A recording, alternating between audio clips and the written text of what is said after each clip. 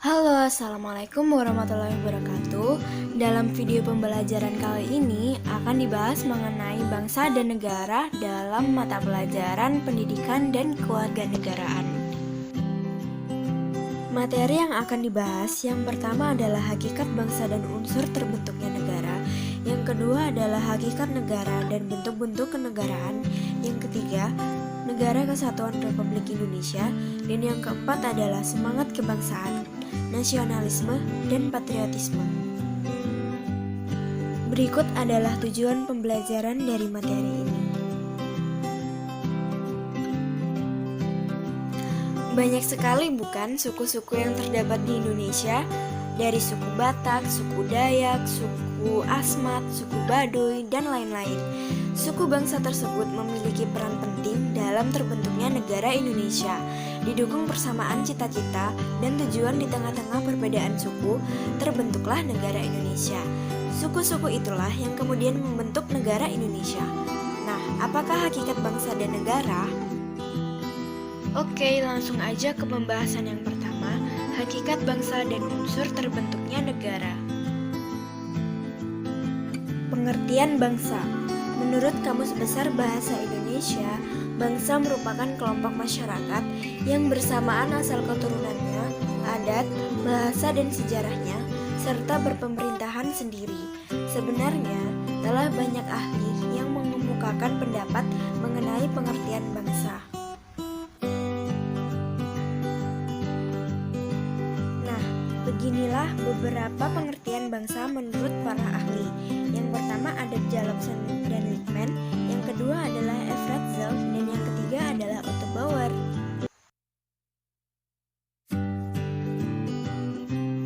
Faktor-faktor yang mendorong terbentuknya bangsa. Yang pertama adalah keinginan untuk mencapai kesatuan nasional. Yang kedua, keinginan untuk mencapai kemerdekaan dan kebebasan normal sepenuhnya.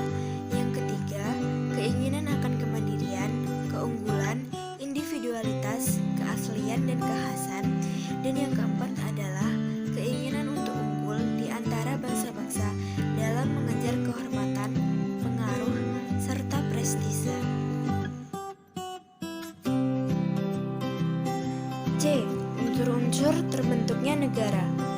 Yang pertama adalah penduduknya tetap, yang kedua adalah wilayahnya tertentu, yang ketiga adalah terdapat pemerintahan, dan yang keempat, kemampuan mengadakan hubungan dengan negara lain. Next, pembahasan yang kedua, hakikat negara dan bentuk-bentuk kenegaraan. Nah, berikut ini adalah pengertian negara menurut beberapa tokoh. Yang pertama ada George Jelinek, yang kedua adalah Roger F. Soltau, yang ketiga adalah Hegel, dan yang keempat adalah Cronenberg.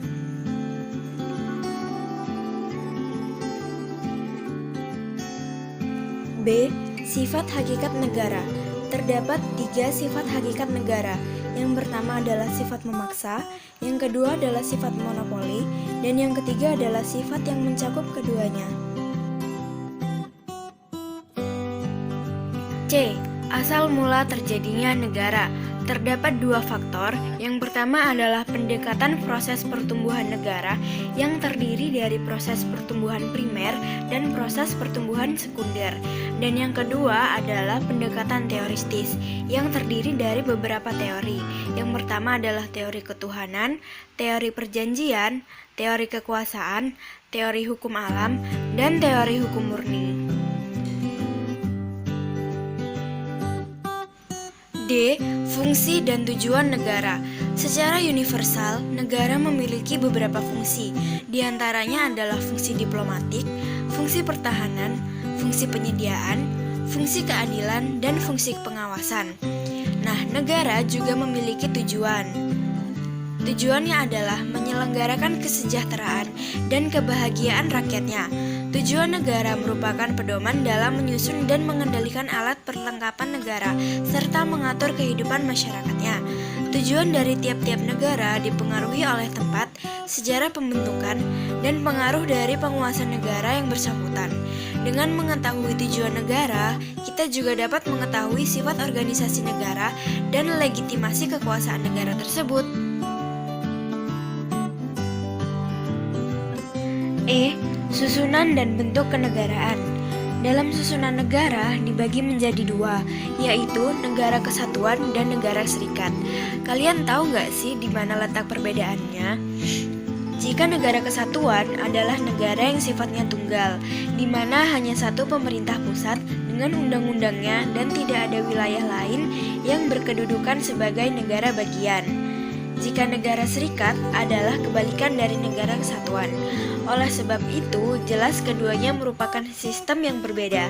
Perbedaan utama keduanya terletak pada susunan pemerintahan, di mana pada negara kesatuan terpusat pada satu saja pemerintahan pusat yang ada di ibu kota suatu negara.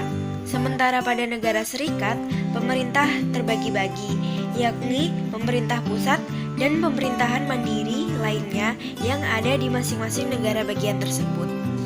Selanjutnya, ada bentuk kenegaraan.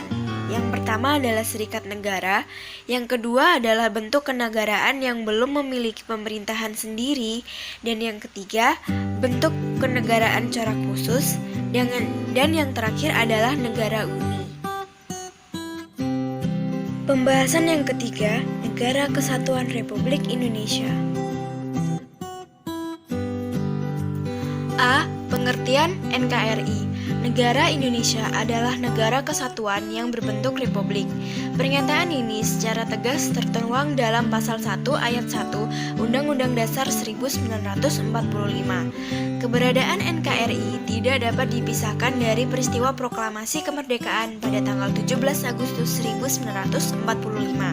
Melalui peristiwa proklamasi tersebut, bangsa Indonesia berhasil mendirikan negara sekaligus menyatakan kepada dunia luar bahwa sejak saat itu telah ada negara baru, yaitu Negara Kesatuan Republik Indonesia.